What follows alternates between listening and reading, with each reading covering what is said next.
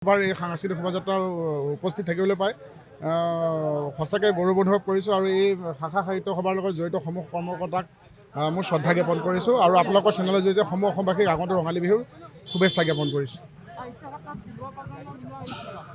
আৰু সাহিত্য অবিহনে কেতিয়াও এটা জাতি জীয়াই থাকিব নোৱাৰে, সংস্কৃতি অবিহনে নোৱাৰে। গতিকে ভাষাটো আমাৰ সাহিত্য জীয়াই ৰাখিবৰ কাৰণে সকলোৱে যেনেকৈ চেষ্টা কৰি আছে, আজি দেখিছে বয়োজ্যেষ্ঠসকলৰ পৰা সৰু কণ কণ শিশুলৈকে শোভাযাত্ৰাত অংশগ্ৰহণ কৰিছে। এইটো এটা আচলতে ভাল পদক্ষেপ আৰু মই ভাবোঁ যে প্ৰতিজন মানুহে এনেকৈ নিজৰ জাতিটো সংস্কৃতি ভাষাটোৰ ক্ষেত্ৰত ওলাই আহক, আমাৰ ভাষাটো ষ্ট্ৰং কৰাত সহায় কৰক।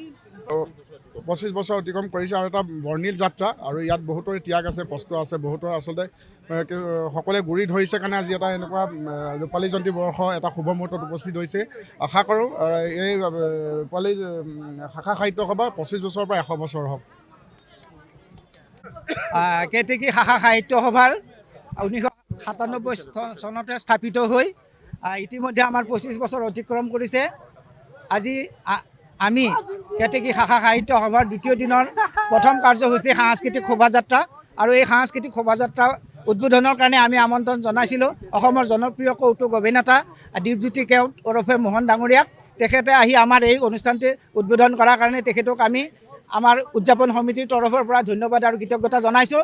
ইয়াৰ পিছতে আজি আমাৰ দুপৰীয়া 1 বজাত আমাৰ মুকলি সভা আছে আৰু সন্ধিয়া আমাৰ সাংস্কৃতিক যিটো অনুষ্ঠান, এই সাংস্কৃতিক অনুষ্ঠানত গীত পৰিৱেশন কৰিব অসমৰ জনপ্ৰিয় কণ্ঠশিল্পী মৰ্মিতা মিত্ৰই। গতিকে সকলো ৰাইজৰ সহায় সহযোগিতা আৰু উপস্থিতি আমি আন্তৰিকতাৰে কামনা কৰিছোঁ।